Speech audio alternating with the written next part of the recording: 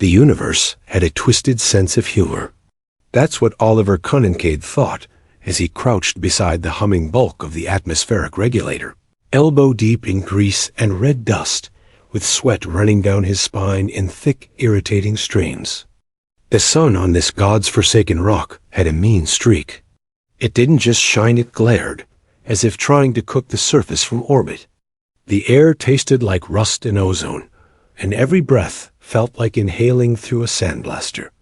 He wiped his brow with the back of a stained glove, smearing grit across his forehead. 6'3", shoulders broad from a life of labor, Oliver looked more like a mercenary than a mechanic. But beneath the muscle and the sweat-streaked jumpsuit was a man just trying to get through his contract with the Recti Resource Extraction Corporation without going insane. The regulator's interface blinked red again. He muttered under his breath and smacked it with a hydraulic wrench. The screen flickered, then settled into a pulsing diagnostic mode. Finally, footsteps approached 4 at a time. Heavy, rhythmic. That meant Drax. "Hey, Conquests." "Foreman." Drax bellowed from across the pad. "You about done with that regulator? Or do I need to grow a 5th arm and do it myself?" Oliver didn't even look up. "Almost," he called back. "But you might want to delay the blast schedule." Drax stomped closer, kicking up little clouds of fine red dust. The Centurion's leathery gray skin was slick with sweat, his 6 nostrils flaring. He towered even over Oliver, all bulk and irritation. "We're on a timeline," he growled. 2 of his forearms crossed over his barrel chest, the others gesturing wildly. "Extraction teams ready to start demo at first light." "You don't get to stall that." Oliver twisted the final bolt into place, then tapped a command into his handheld pad. The readings blinked up in a flurry of unfamiliar data spikes in radiation, symmetrical energy pulses, and unmistakable traces of complex carbon chains. "These readings don't make sense," he muttered. "Look." He turned the screen toward Drax. "There's something in that mountain. Rhythmic emissions like machinery. And organics. Real ones." Drax didn't even glance at it. "And," he snorted, "probably some subterranean fungus." "Don't care. Your job's to fix things, not play xenoarchaeologist." Then he turned and lumbered off, muttering something vulgar in Centurion dialect. Oliver stood there for a moment, the sun beating down on him, the breeze dry and whispering through the rocks like something half awake. He looked out at the distant range-jagged mountains with a strange sheen to their mineral layers. Violet shadows caught beneath rusty peaks. Dead mountains.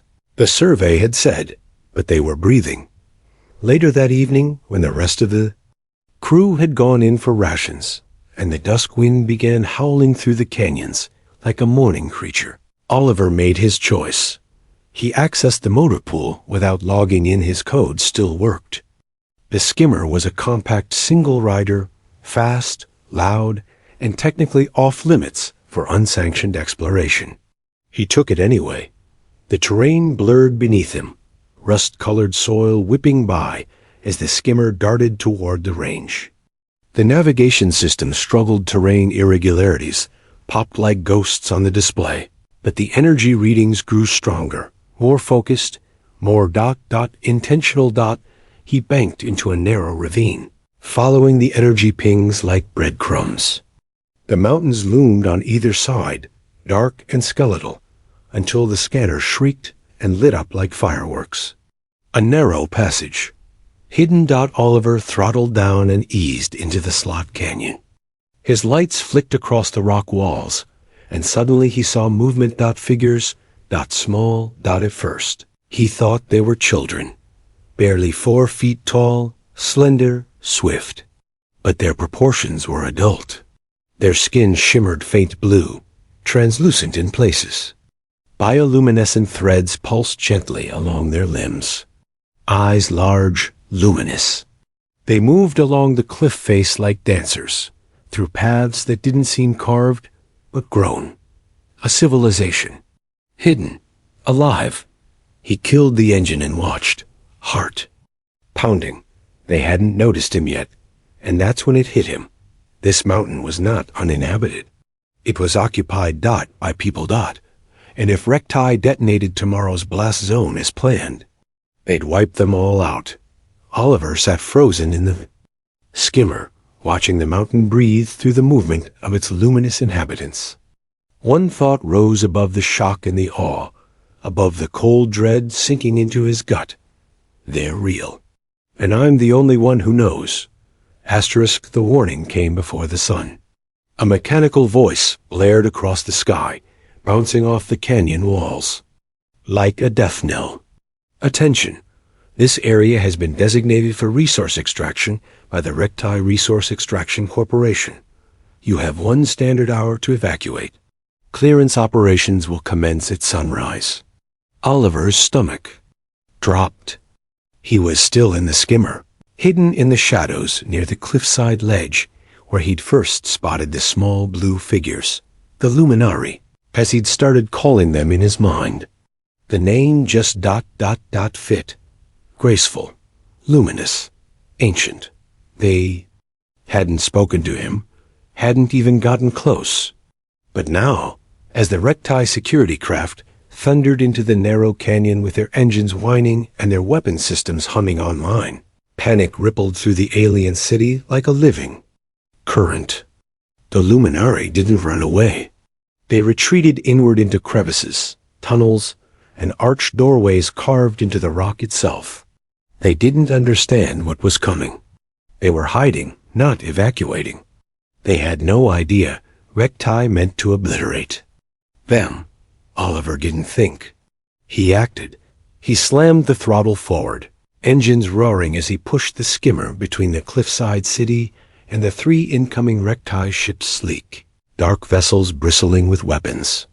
The targeting arrays lit up the moment they spotted him. "This is Oliver Conquests," he shouted across the open channel. "Employee of Recti Mechanical Division, stand down. You're about to violate Galactic Treaty Section 7 Protection of Sentient Indigenous Populations." There was a pause. Then the lead ship's voice shifted from robotic to reptilian. Cold, sharp. "Get out of the way, human. We have our orders." Oliver's finger hovered over the emergency broadcast button, the one that would send a beacon to the nearest Galactic Patrol outpost, pinging them with a full transgression alert. It was a last resort, because once you hit that button, there was no going back. "And I have mine," he replied, voice low. "Back off. Or I press this, and your demolition squad becomes a galactic war crime." A long, tense silence. Only the whine of engines. Then, "You're making a mistake, Conquests," the Saurian pilot growled. "The corporation doesn't forget." "Neither do I." The skimmers pulled back, veering around and retreating into the sky like vultures denied a carcass. But they'd be back, with more ships, with bigger guns, with permission. Oliver sat motionless in the cockpit, heart hammering against his ribs. Sweat dripped down his temple, and his hand shook just slightly as he lowered the transmitter. He'd just committed career suicide. No worse. He'd made himself an enemy of one of the most powerful corporate syndicates in the outer systems. But the aliens were still alive, and that made it worth it. Something flickered on the edge of the cliff above. Movement. A gathering. Oliver eased the skimmer closer to the cliff wall and climbed out slowly, keeping his hands visible. The narrow ledge had a faint luminescent trail etched into the rock, a path that pulsed in soft, glowing intervals, like a heartbeat. Several of the Luminari had emerged again. They watched him in silence, their strange eyes wide, expressions unreadable. One stepped forward, taller than the others by a head, clad in delicate armor that looked almost grown rather than forged. Intricate markings shimmered across his skin. The leader. He raised a hand in a gesture that looked ceremonial, deliberate, then pointed toward the retreating ships in the sky and made a hard stopping motion. Oliver mimicked the motion. "Yeah," he said. "I stopped them." "For now." The alien gestured again, toward the rock wall. A narrow tunnel opened behind him, its arch glowing with soft light. He was being invited. Oliver hesitated only a second before following. The passage curved inward, smooth walls glowing faint blue, the rock warm to the touch. The architecture was organic, elegant, sinuous, nothing like human design. It was alien yet beautiful, alive even. The leader moved with grace, not looking back. They passed other luminari along the way, some peering out from high alcoves, others gathered in family-like clusters. Most watched Oliver with cautious curiosity. None showed fear. Then the tunnel opened into a massive chamber, and Oliver stopped dead in his tracks. The space was cathedral-like, domed and echoing. In its center rose a swirling column of pure light, vertical and humming, suspended between floor and ceiling. Inside it floated dozens of mechanical components, gleaming pieces of unknown origin that rotated slowly, held in place by some kind of energy matrix. The leader stepped into the beam. His hand passed through it unharmed. As it did, the components shifted, rearranged, aligned, and then he stepped back and pointed at Oliver. His meaning was clear. "Your turn." Oliver stared at the beam, the hair on his arms rising. What was this? A challenge? A gift? A test? His heart thumped. Then he stepped forward, raised his hand, and touched the light. It wasn't pain that greeted him. It was understanding. Not words, not data, but the language of machines' patterns. Connections, blueprints, pressure tolerances, plasma conduits, energy flow systems older than anything humanity had ever seen. It poured into him not as information, but as instinct. And at the center of it all was a pulse. The pulse of something alive. He pulled his hand back. Breathless. The leader nodded. "Holy shit," Oliver whispered, eyes wide. "You're not just a hidden tribe. You're engineers." The luminari had lived here for generations, undetected. But more than that, they were advanced. And tomorrow, Recti planned to erase them. Oliver looked at the swirling light one more time, then at the leader. "I don't know what you are," he said quietly, "but I'm not letting them destroy you." The alien studied him for a long moment, then beckoned him deeper into the mountain. And Oliver, Conquests, followed into a city that should not exist, in a mountain that wasn't dead, a mountain that breathed. The tunnel narrowed before it widened. Again, opening into a multi-level chamber that pulsed with gentle bioluminescent light. Smooth stone balconies arched from the walls, like the ribs of some great beast, each one lined with small figures watching in perfect silence. The air smelled faintly of ozone and flowering minerals, like spring in an alien garden. Beneath the architecture, beneath the awe, there was an unshakable sense of something ancient, not abandoned, but enduring. Oliver had been to dozens of worlds, fixed everything from oxygen converters to warp core alignment thrusters. But he had never walked through a place that felt alive in this way. It was as if the mountain remembered everything that had ever happened inside it. The luminari leader stopped at the edge of a wide, elevated platform and turned to face Oliver. With a fluid gesture, he signaled toward a smaller group of aliens who approached in deliberate formation. Among them, one figure moved differently. She was smaller than the leader, though still slightly taller than the others. She walked with purpose, her long silver-white hair falling in intricate braids that shimmered faintly in the low light. Her skin held the same soft blue glow as the others, but there was a distinct radiance to her subtle, yet impossible to ignore about her eyes. When she raised them to meet Oliver's, stopped him cold. Violet, deep, curious, intelligent. "Nia," the leader said, gesturing toward her. "Knowledge keeper." To Oliver's surprise, she spoke not in clicks or tones, but in clean, lyrical standard. "I speak your language," she said, her voice soft, each word wrapped in a faint, melodious accent that made the phrase sound like music. "We studied transmissions, translations, preparing, in case." "We were found," Oliver blinked, caught off guard. "That's impressive." "We have had many years," Nia replied. "You are the first to come here in peace." "Not everyone. And my species is peaceful," Oliver muttered, thinking of the Recti ships poised to demolish this place. "But I am." Nia studied him for a long moment. "We believe you." She stepped forward, toward the swirling energy column at the heart of the chamber, the one Oliver had touched. "You interfaced with the column," she said, glancing back at him. "Most non-luminari cannot. It requires resonance. Harmony." "Guess I'm in tune," Oliver said, still stunned by what he'd experienced inside the light. She raised her delicate blue hand and pressed it into the column. Components realigned, shimmering. A new configuration bloomed in mid-air like a metallic flower. Oliver stepped closer and instinctively recognized the structure forming within a shield array, elegant and powerful. "This," Nia explained, "is a defensive field generator. Our ancestors designed it to protect vessels from stellar radiation, asteroid fields, and attack." "You're saying we can use this to shield the mountain?" he asked, and I nodded.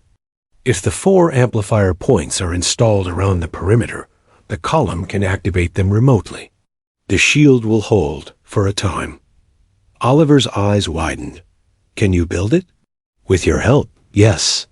The knowledge in the column your hands understand it." Their eyes met again, and the strange pull between them deepened. For a long moment, they worked side by side, hands moving in synchrony within the glowing column. When their fingers brushed, Oliver felt a jolt not electrical, not physical, but something else entirely. A hum, not in his ears, but in his chest. The air between them shimmered. She looked up at him sharply, eyes wide. "You felt it too," she said quietly. Oliver nodded.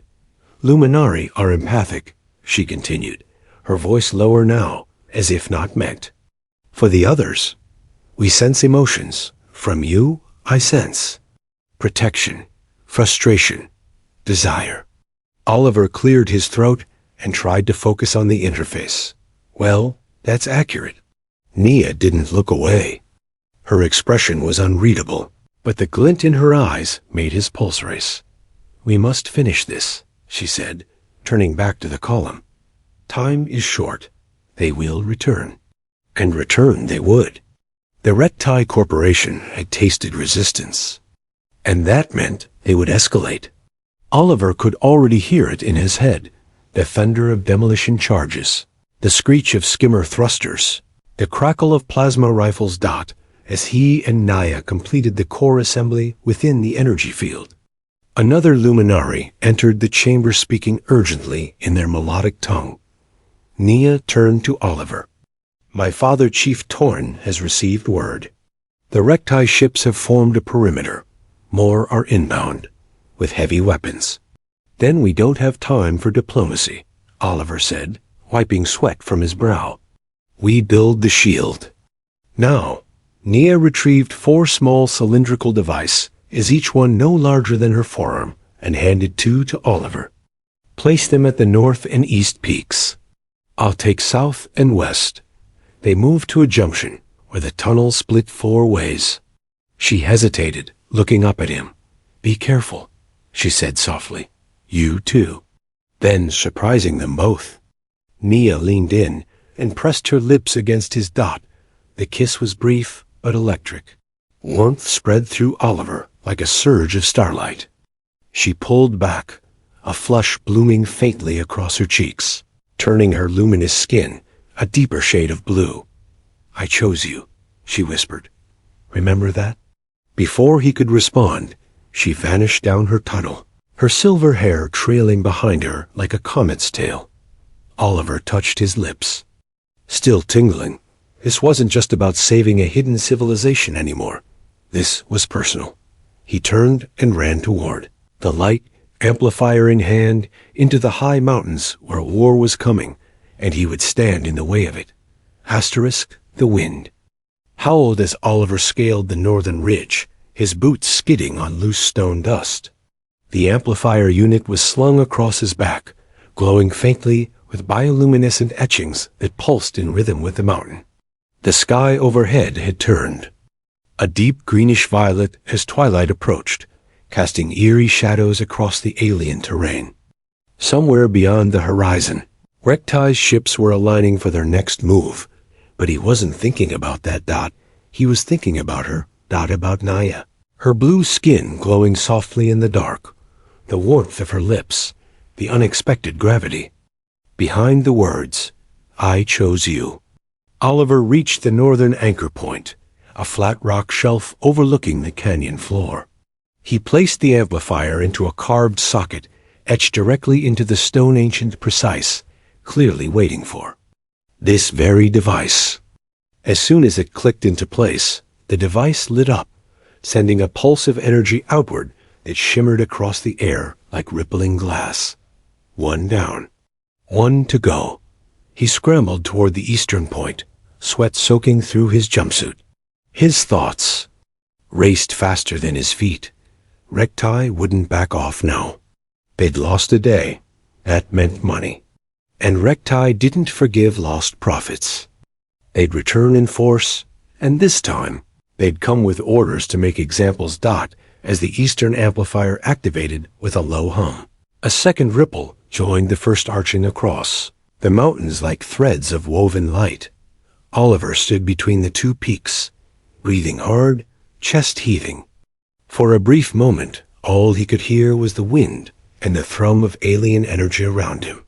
A dome was beginning to form, slow, shimmering, and still incomplete. "Come on, Nia," he whispered. "Your turn." Then he saw it, the rest of the shield igniting to the south and west. A glowing lattice of energy snapped into place above the mountain like a second sky. The full dome surged to life with a resonant boom that Oliver felt in his bones.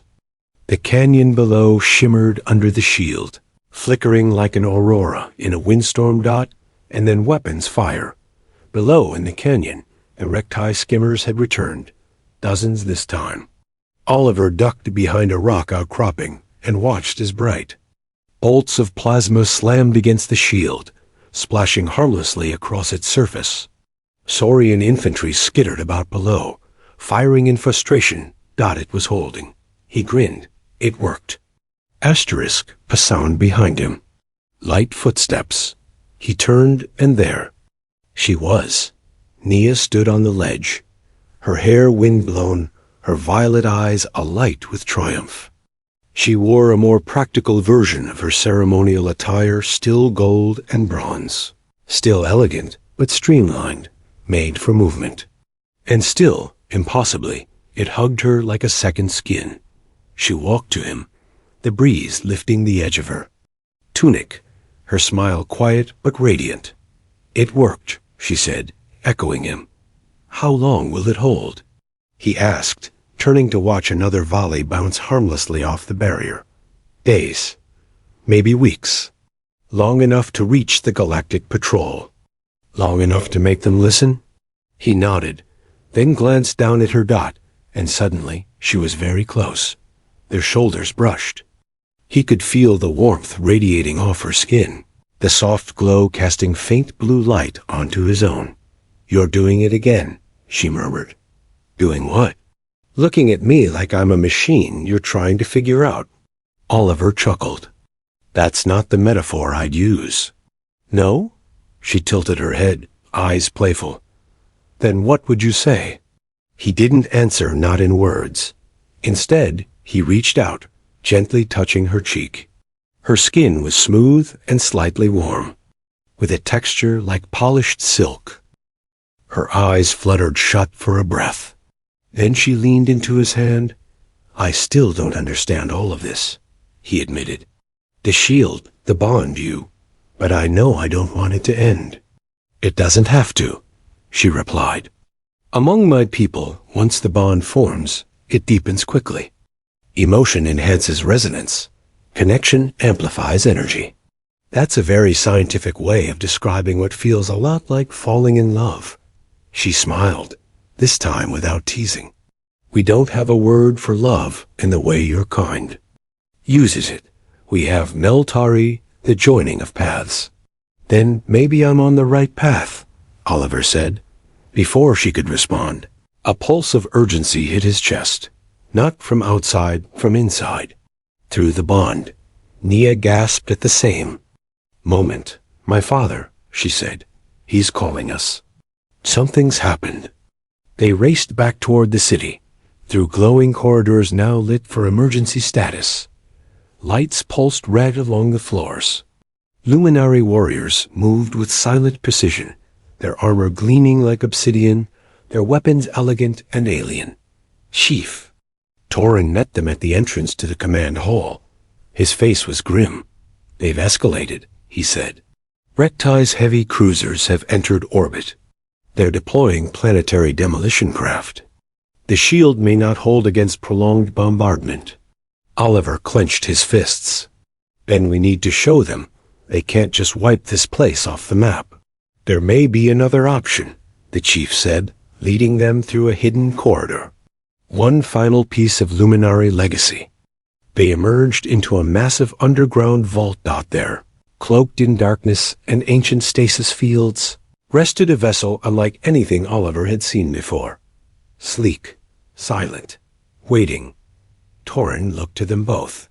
This is the Starweaver, the ship that brought our ancestors here. Nia's hand found Oliver's.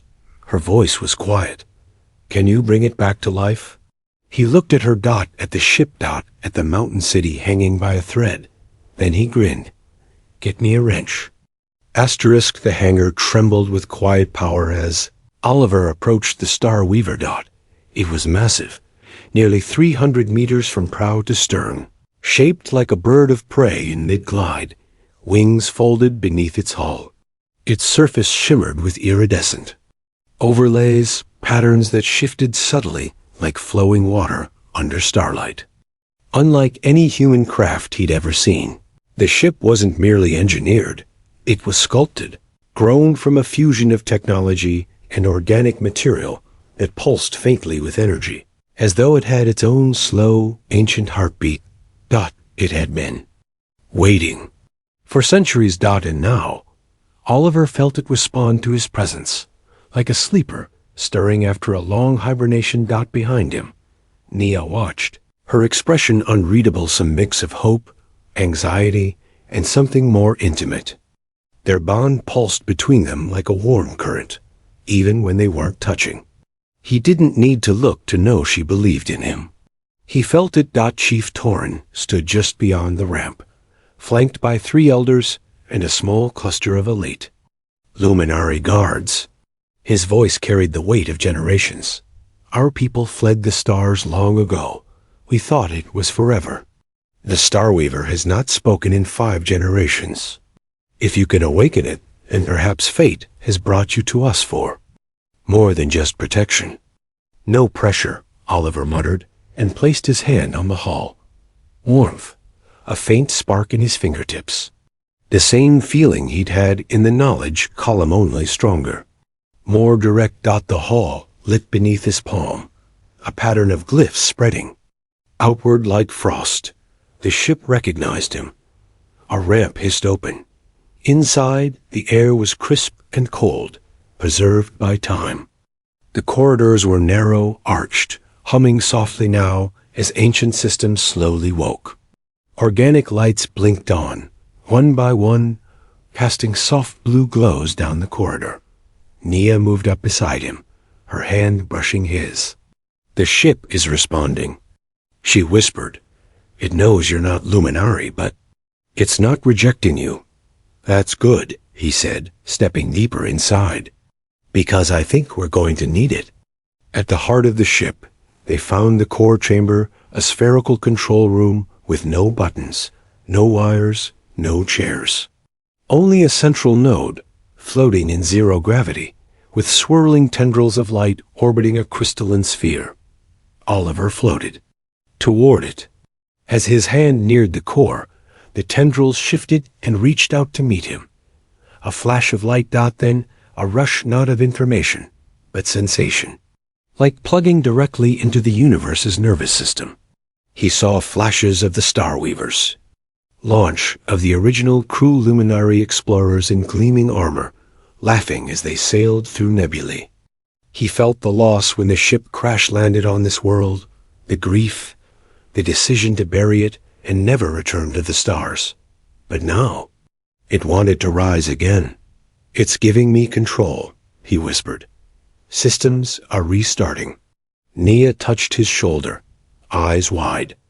"You're reactivating it?" "Slowly," he replied. "But yeah, engines are realigning. Defensive systems coming online. This thing... This isn't just a ship. It's a fortress, maybe more." A chime echoed through the vessel. Nia's wrist display lit up.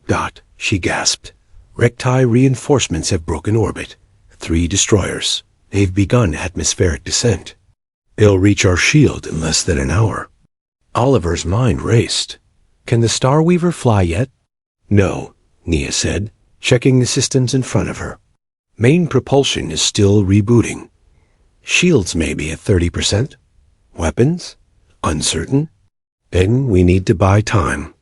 We still have the shield around the mountain. If we hold them off long enough, Galactic Patrol might send backup. Or Recti might level everything before they arrive.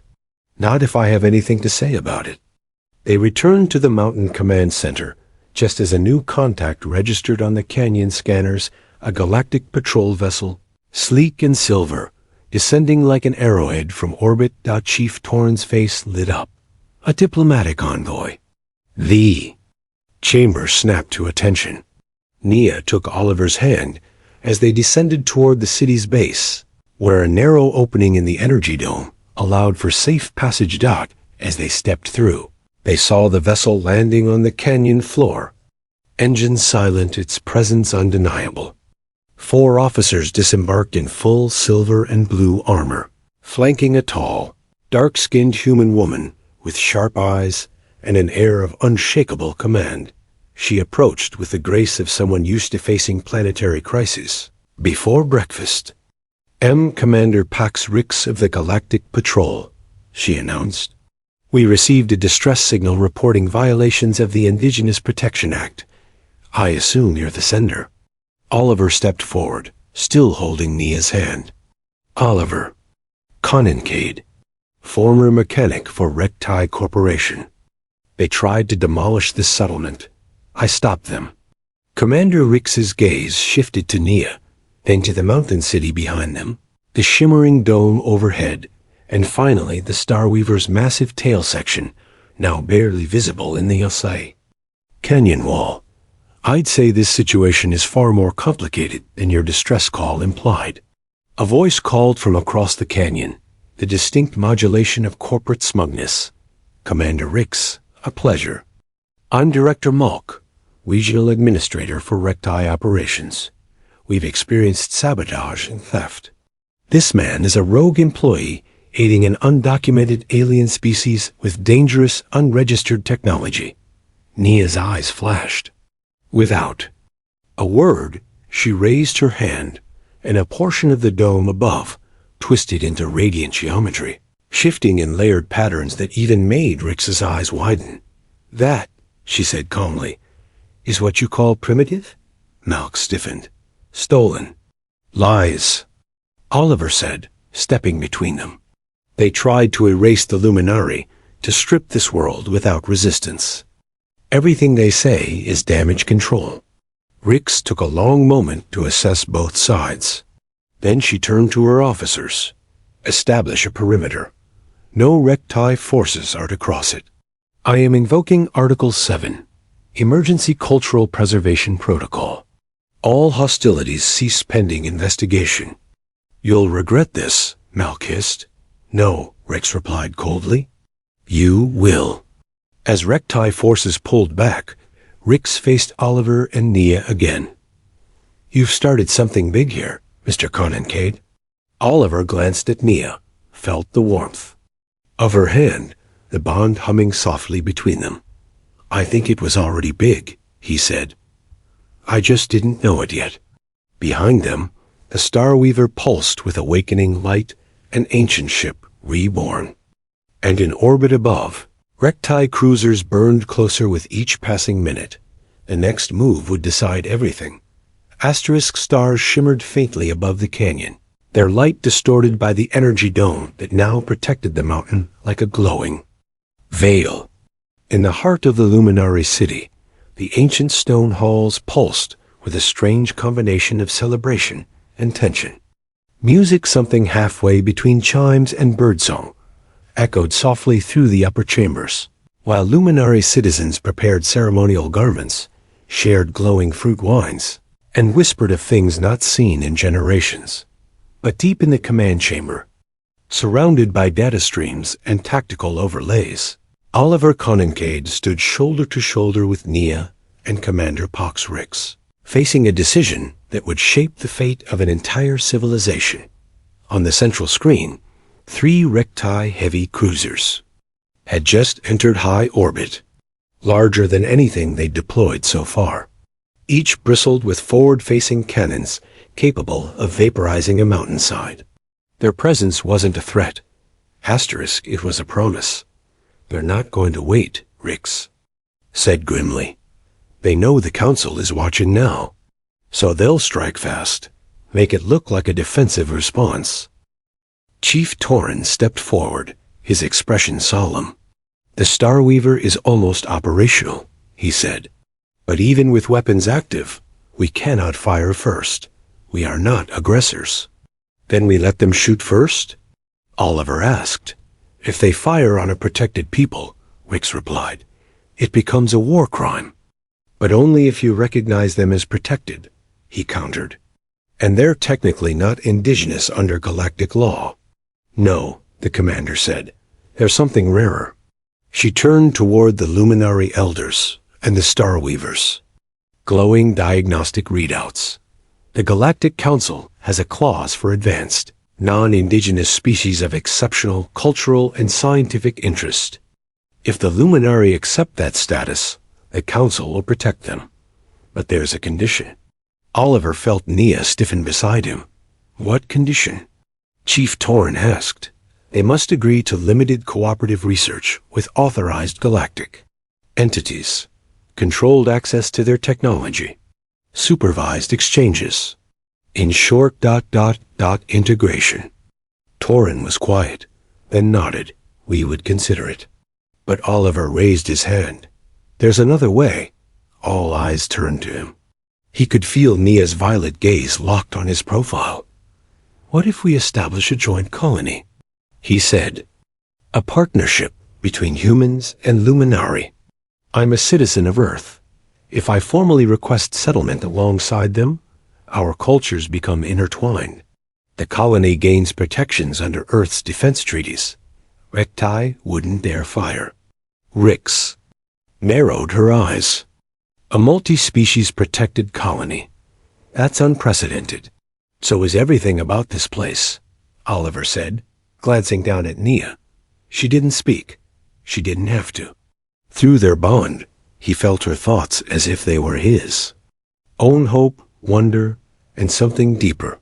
Love. She turned to her father, then back to Rix. We accept both offers, Nia said. Protection and partnership. Chief Torin placed a hand on Oliver's shoulder. This human risked his life for us. He is already one of us. A communication chime interrupted the moment. Rix's officer turned from the console, pale. Commander ... The Recti cruisers are initiating a weapons lock. Every heartbeat in the room stilled. Then the commander barked orders. Activate the shield. Deploy defensive assets. And contact Earth. We're declaring this world an official joint protectorate under emergency treaty. Outside, The shield shimmered like a soap bubble under pressure. The cruisers hovered above, their bellies glowing with pre-fire energy signatures. Then they stopped. A transmission came in. Recti command. Malk's thin, reedy voice tight with frustration. Commander Rix, we acknowledge your temporary jurisdiction. But you will be hearing from our corporate council. You'll have to file it in triplicate, she said flatly, then muted the channel. Luminari across the city exhaled in unison. They had won this battle, not with weapons, but with law, courage, and one very determined human. Later that night, under a sky filled with twin moons and peace, Oliver stood in ceremonial attire, a sleek fusion of earth formal wear and luminary-woven light fabric. Beside him, Nia shimmered in a new dress of gold-threaded silk, her hair braided in intricate loops, adorned with tiny star-like gems. Her eyes glowed as she looked up at him, her hand in his. The great hall was packed with both species blue-skinned, luminari and freshly arrived human scientists, diplomats, and families. Chief Torrin stood at the head of the platform. Today we celebrate not just survival, he declared, but unity, the joining of paths, the forming of a future neither of our people could have imagined alone. He turned to Oliver. You defended. U.S., you joined with us. And now, in the old way, we ask you to become one of us. Oliver stepped forward. I accept, he said simply. Then the chief turned to Nia. My daughter, knowledge keeper, do you accept this human as your bonded partner, not by tradition, but by choice? Nia looked up at Oliver. I chose him long before today, she said, and I choose him again. They kissed this time in front of everyone, and the chamber erupted in melodic applause, trills and echo harmonics that vibrated through the stone-like music from the stars. Later, beneath the moonlight, high on the Star Weaver's observation deck, Oliver stood with Nia wrapped in his arms. Below them, the city glowed like a constellation reborn. You ever think this would be your life? She asked softly, head against his chest. I came here to fix a broken atmospheric regulator, he murmured, smiling. Now I'm married to a glowing alien genius, co-founding a diplomatic colony and resurrecting an ancient starship. She chuckled. Is that a no? That's a hell no. She tilted her head up. Then get ready, because we've got a galaxy to explore. And your people are coming. Oliver kissed her again, as the Star Weaver began to hum beneath their feet, awakening, not just for flight, but for purpose. And overhead, the stars watched silently, bearing witness to the beginning of something rare, a love born in fire, a union, forged in resistance. And a future neither species would ever walk alone. The end.